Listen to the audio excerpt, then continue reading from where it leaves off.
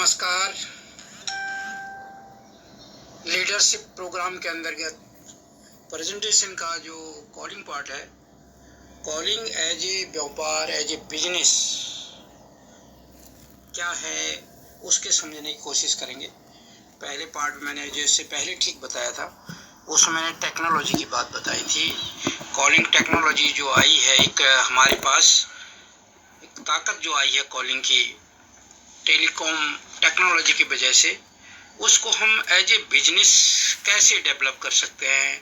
क्योंकि अभी एक जो कोरोना की महामारी की वजह से सोशल डिस्टेंसिंग की बात हो रही है, दूर रहने की बात हो रही है, फेस टू फेस जो वर्क है, जो काम है, उसमें गिरावट हुई है।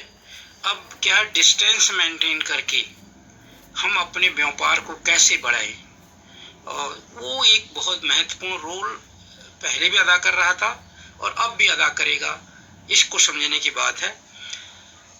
इससे पहले मैं इसमें बढ़ाऊँ, मैं थोड़ा सा वो प्रिंटिंग टेक्नोलॉजी की बात करूँगा। प्रिंटिंग टेक्नोलॉजी एक ऐसा पार्ट था,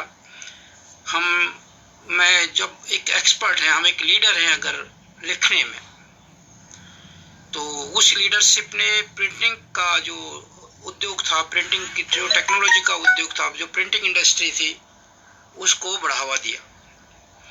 और जो बुक्स प्रिंट होके आती हैं, आपकी कविताएं, आपके लेख प्रिंट होते हैं, मैगजीन्स आती हैं, आपका न्यूज़पेपर आता है, ये सारा जो व्यवसाय है प्रिंटिंग का, हमारी उस जो लीडरशिप थी, जो प्रिंटिंग में लिखने में जो हमारी प्रिंटिंग लीडरशिप थी, उसकी वजह से हुआ। अब है कॉलिंग लीडरशिप।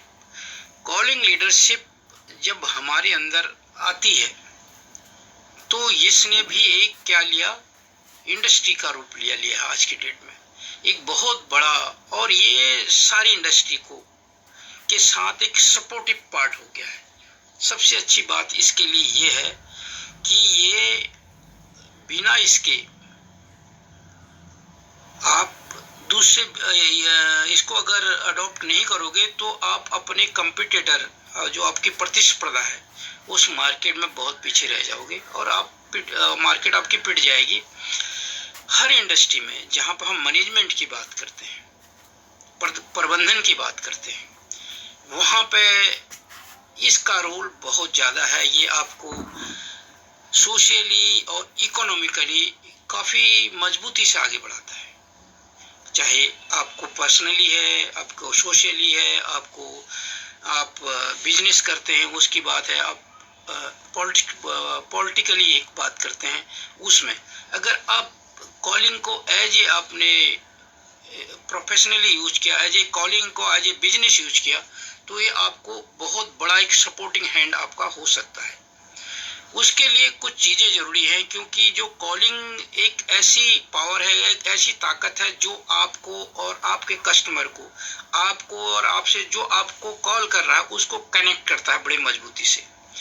और उसके लिए आपको अपने उसके दायरे में जो आपकी वो है लिमिटेशन है, जिनके साथ आप सपोर्ट कर सकते हो, सामने वाले की कोई क्वारी जाएंगे जो आप हेल्प कर सकते हो, उनके अंदर आपको बातें करनी होंगी, उन चीज़ों को समझना पड़ेगा।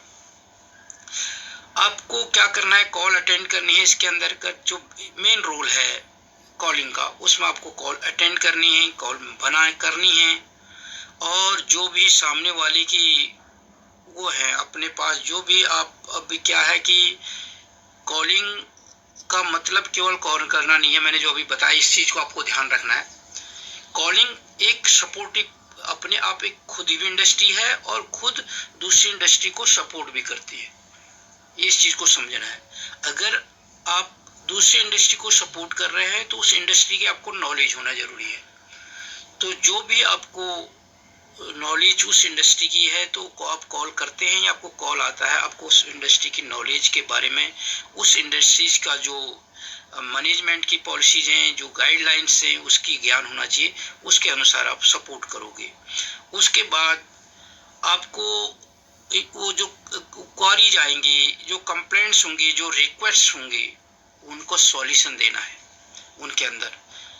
अब ये चीज़ें पहले कैसे होती थी, पहले तो व्यक्ति जाएगा, फेस टू फेस जाता था, वहाँ पे डिस्कशन होता था, फेस टू फेस मीटिंग होती थी, जो भी इनकी क्वारीज होती थी, जो भी इनकी कंप्लेंट होती थी, जो भी चीज डिस्कशन होता था फेस टू फेस होता था। अब क्या हुआ कि आपके पास कॉलिंग की पावर आई और आपने सारी चीजें कॉलिंग से सपोर्ट करनी है। आज की डेट में क्या है कि टेक्नोलॉजी और आगे आगे वीडियो कॉलिंग आ गई, वीडियो कॉन्फ्रेंसिंग हो गई है। आप डेमोस्ट्रेशन भी आपको देना है, आप ऑनलाइन दे सकते हो, वहाँ पर जो भी आपको समझाना है। जैसे आज की डेट में एक कोरोना के उसमें आपकी एजुकेशन क्लासेज भी ऑनलाइन लगनी शुरू हो गई है। तो वैसे ही आपको अगर कोई प्रोडक्ट भी उसका फीचर्स बताने हैं, उसका डेमोस्ट्रेशन देना है, तो वो भी आप ऑनलाइन वीडियो उसके द्वारा दिखा सकते हैं। ये क्या है, उसकी कॉलिंग टेक्नोलॉजी का ही है। और वैसे ही कोई भी बिजनेस है आपका, किसी भी क्षेत्र में हो, तो आपको ये है कि मैं जैसे कह रहा था कि प्रिंटिंग का क्या था कि वो आज की डेट में 100-2 साल पुराना बिजनेस है और वो चीज वो तब डेवलप, अब कॉलिंग का क्या अभी डेवलप हुआ है। अब इसको एडवांस रूप में हम अपने उसमें कैसे इन्वॉल्व करें, और ये मैं डिस्कस इसलिए कर रहा हूँ क्योंकि आज की डेट में ये सबसे कम खर्चे वाला, इसके लिए ना आपको रॉ मटेरियल लाना है, ना रेडी मटेरियल मार्केट में लाना है, ना मैन पावर जितनी जरूरत है। इजीली ये बिजनेस आप आराम से कहीं से भी स्टार्ट कर सकते हैं बिना इन्वेस्टमेंट के। और जो भी टाइम आज की डेट में आप लगा रहे हैं उसी टाइम के अंदर अब ये सारी चीजें, केवल आपको चीजें पॉजिटिव करनी है, चीजों को सही ढंग से प्लानिंग करके यूज करना है। सबसे बड़ी चीज इसमें ये है। आपको क्या करना है कि जो भी आपका कस्टमर है, जो इसमें सबसे बड़ी चीज जो आपको यूज करनी है एज ए प्रोफेशनल, क्योंकि आप डेली कॉल करते हैं और डेली आपके पास कॉल आते हैं, पर as a professional, as a leader आप क्या करते हैं उसमें वो देखने की बात है। आपको क्या करना है, आप में इम्प्रूवमेंट लाना है। आपने पहली चीज है कि आप जिस बिजनेस से हैं, आपके पास कॉलिंग कर रहे हैं तो उसका कोई उद्देश्य होगा, कोई बिजनेस होगा, कोई चीज होगी। अगर एज ए प्रोफेशनल की बात मैं कर रहा हूँ, एक आम कॉलर की बात नहीं कर रहा हूँ, हाय हेलो करने वाली बात नहीं कर रहा हूँ, जो बात सब्जेक्ट बढ़ते गए सब्जेक्ट चेंज होते रहे वो वाली बात मैं नहीं कर रहा हूँ। मैं बात कर रहा हूँ as a professional, as a leader. अगर आप कॉलिंग करेंगे तो आपका उद्देश्य होगा, उद्देश्य के प्रति आपको पूरा ज्ञान होना चाहिए, क्योंकि सामने वाला कोई भी क्वेश्चन कर सकता है या सामने वाला आपसे कॉल करेगा तो उन्हीं उद्देश्यों के प्रति उसको पता है कि आपका प्रोफेशन ये है। आप वो उन्हीं क्वारीज को लेके आपसे कॉल करेगा।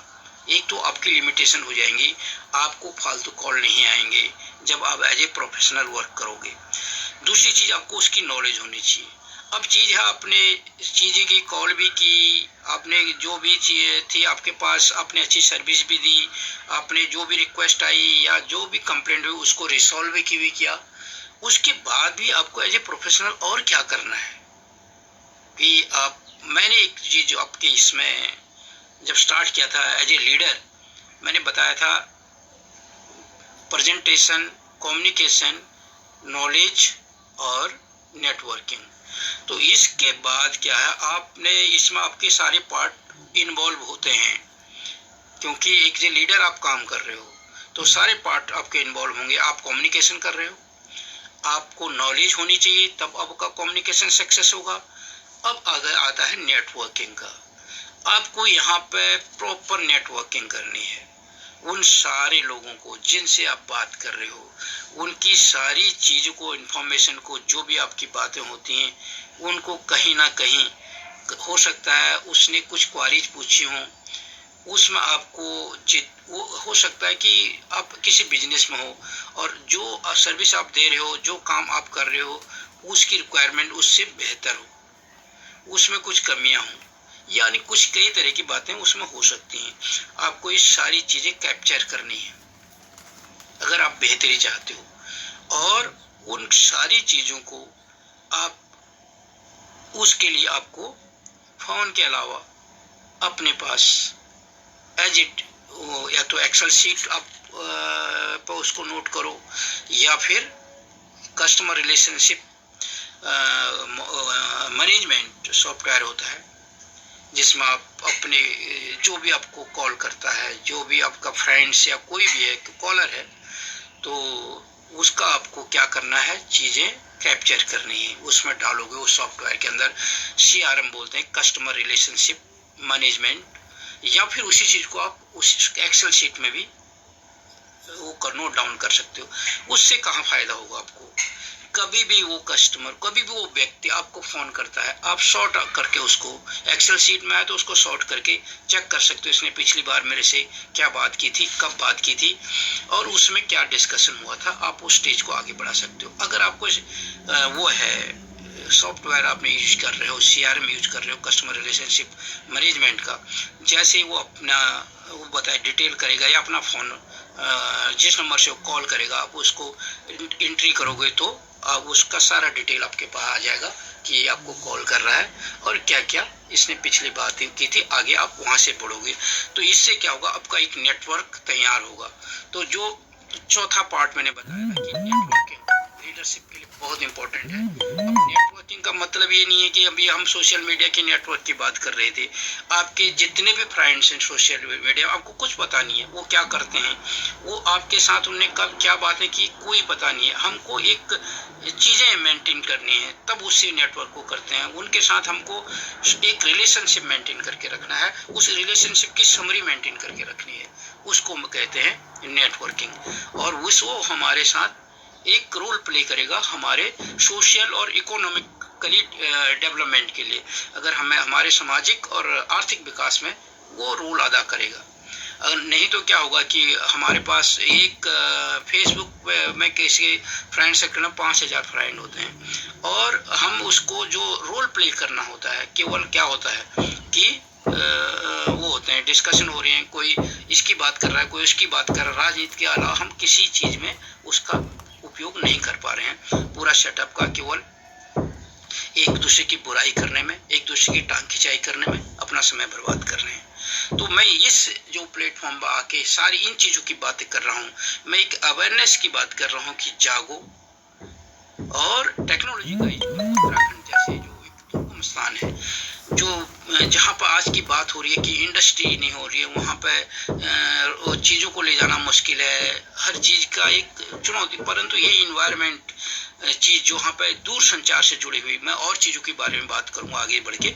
और जो दूर संचार से जुड़ी चीज़ बाद में बात की थी, जब मैं विजन की बात कर रहा था उत्तराखंड राज्य आंदोलन की, तो मैंने बताया था कि एक नया स्कोप विजन में तो हमने पर्यटन को ही देखा, सोचा था। परंतु आज के डेट में दूर संचार से जुड़ा हुआ उद्योग की बड़ी जबरदस्त संभावना उत्तराखंड के अंदर है। अगर उत्तराखंड सरकार इसमें सपोर्टिव रोल अदा करती है, हम BPOs के बड़ा जबरदस्त कारोबार उत्तराखंड में खोल सकते हैं। उत्तराखंड में BPOs की बहुत ज़्यादा संभावना है, परंतु हमको उसके हब्स खोलने पड़ेंगे। हमारे अंतर्राष्ट्रीय स्तर के हमको टेंडरों को भरना पड़ेगा। जो बाहर की कंपनियां, जो अमेरिकन कंपनियां हैं, जो दूसरी जगह है, गुड़गांव दूसरी जगह बड़े बड़े कॉल सेंटर खोल कॉन्ट्रैक्ट ले रहे हैं, उनकी ओर हमें फोकस करना पड़ेगा।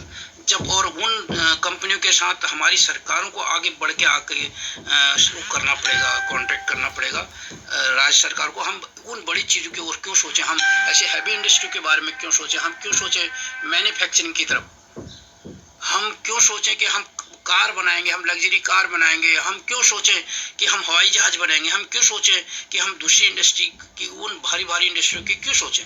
हम सोचें हमारे पास मैन पावर है, हमारे पास चीज़ें हैं, दूर संचार टेक्नोलॉजी है, उस टेक्नोलॉजी से रिलेटेड उद्योग को हम बढ़ावा दें, हम वो चुनौती खड़ी करें जो कम खर्चे पे, और हमारी जो स्किल पावर है, जो हमारे पढ़ा लिखा युवा है, उसको हम अपने उसके घर पे सस्ते से सस्ते तरीके से आसानी से एडजस्ट कर सके, उस बारे में सोचना पड़ेगा।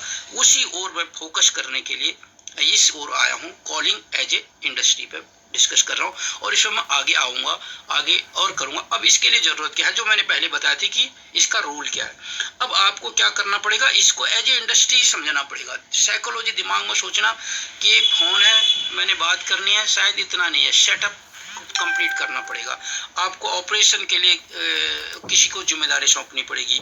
आपको एडमिनिस्ट्रेशन और फैसिलिटीज प्रोवाइड कराने के लिए किसी को जिम्मेदारी सौंपनी पड़ेगी। आपको ह्यूमन रिसोर्स अरेंज करने के लिए किसी को जिम्मेदारी सौंपनी पड़ेगी। आपको फाइनेंस के लिए, अब देखो स्टार्ट करने के लिए कुछ ना कुछ तो फाइनेंस लगाना ही पड़ेगा। तो फाइनेंस की व्यवस्था कैसे होगी, फाइनेंस को कौन देखेगा, अकाउंट को कौन देखेगा, इन सारी चीज़ों को, क्योंकि अकाउंट भी आपको मेंटेन करना पड़ेगा, एक पूरा फाइनेंस डिपार्टमेंट भी कौन देखेगा, उस चीज़ को भी, उसके लिए भी किसी को जिम्मेदारी देखनी पड़ेगी। फिर जो मैं चीज़ें डिस्कस कर रहा हूँ, टेक्नोलॉजी की बात कर रहा हूँ और एक बेहतर लीडरशिप की बात कर रहा हूँ, ये हमारे जो वहाँ पे बैठेंगे, जो फोन अटेंड करें, उनमें ये चीज़ें आएँ, उसकी ट्रेनिंग के लिए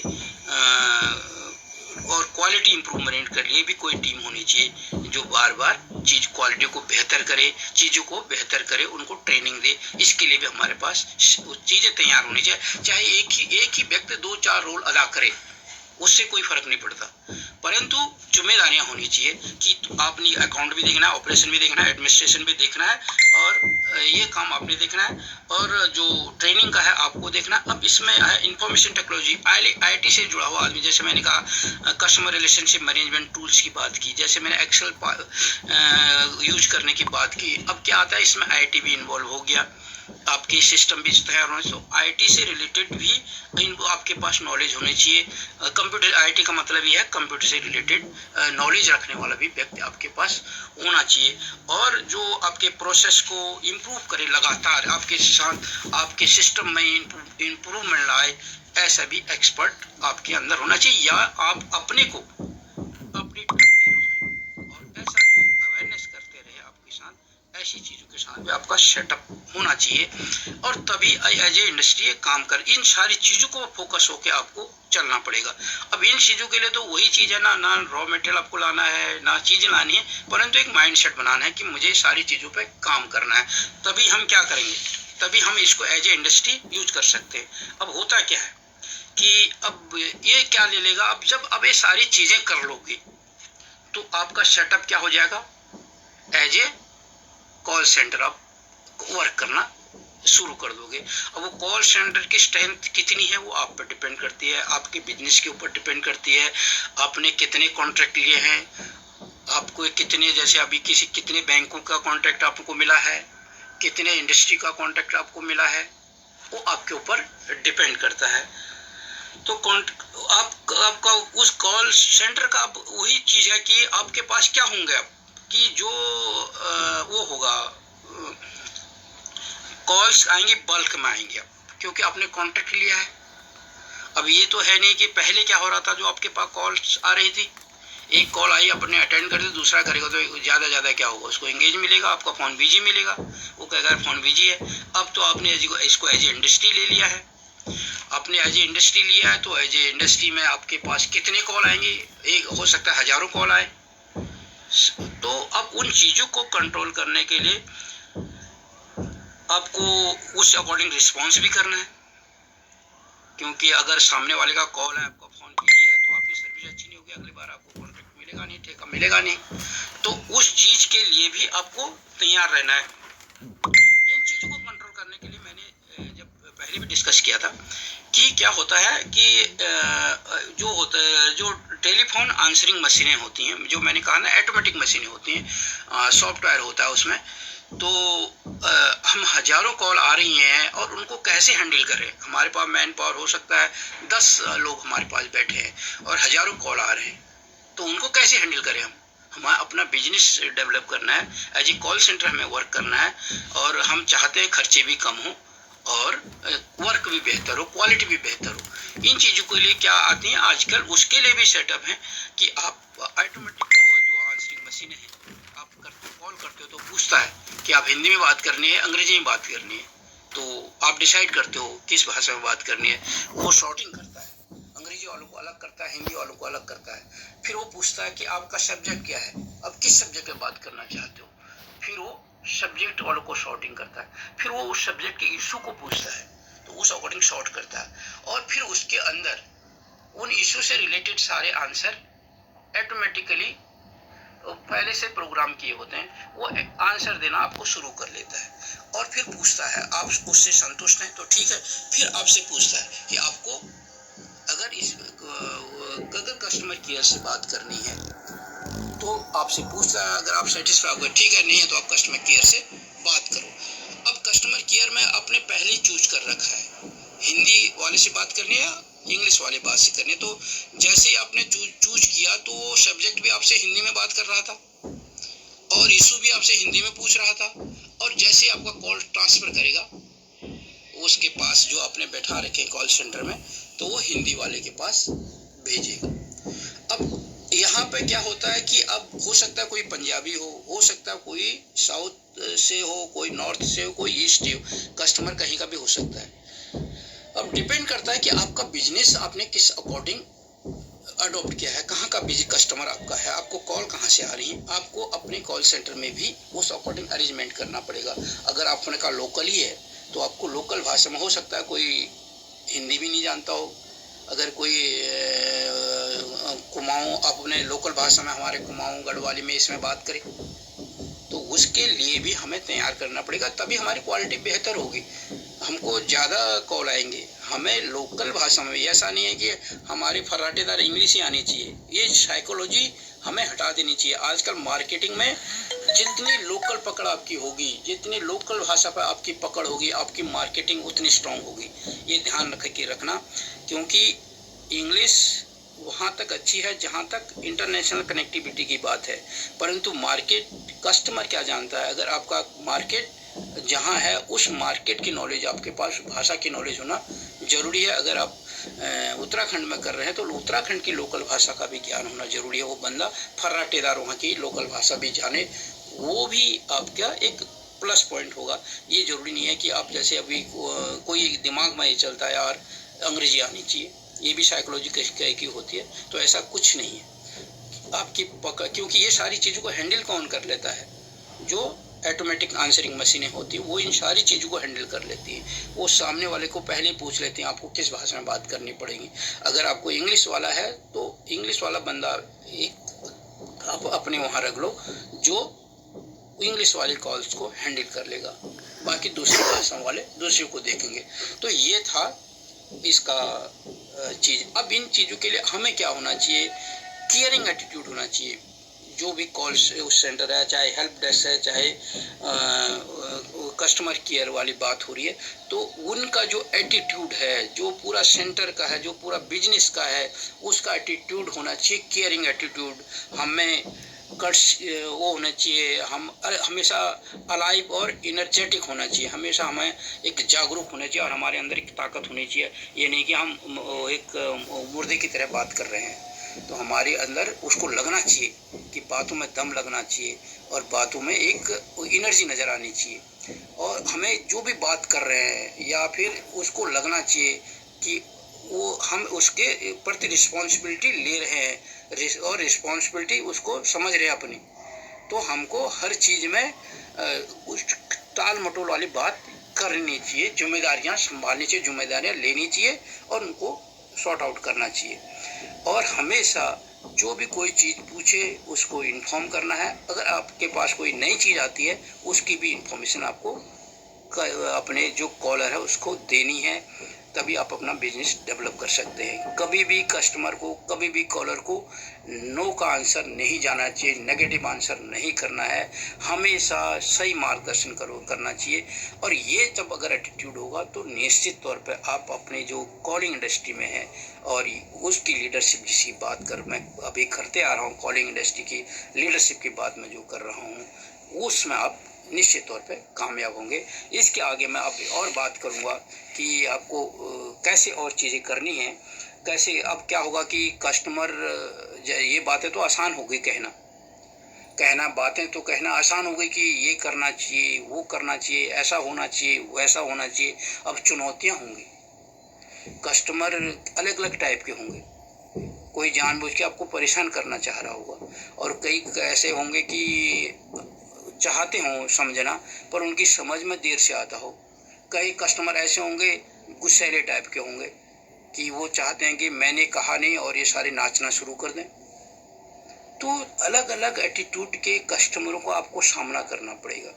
अब उनको कैसे हैंडल करना है, और कई चुनौतियां होंगी इंडस्ट्री में, उनको कैसे हैंडल करना होगा, और आपका कंपटीटर भी होगा, उसकी चुनौतियों को कैसे हैंडल करना पड़ेगा। इन सारी चीज़ों पर मैं जो आगे वीडियोस डालूंगा उन पर बहस करूंगा, और इन बिजनेस को हम कैसे अपने पास ला सकते हैं, कहाँ से कैप्चर कर सकते हैं, उस पर भी मैं आगे आके डिस्कस करूंगा। इसी के साथ जय हिंद, जय उत्तराखंड।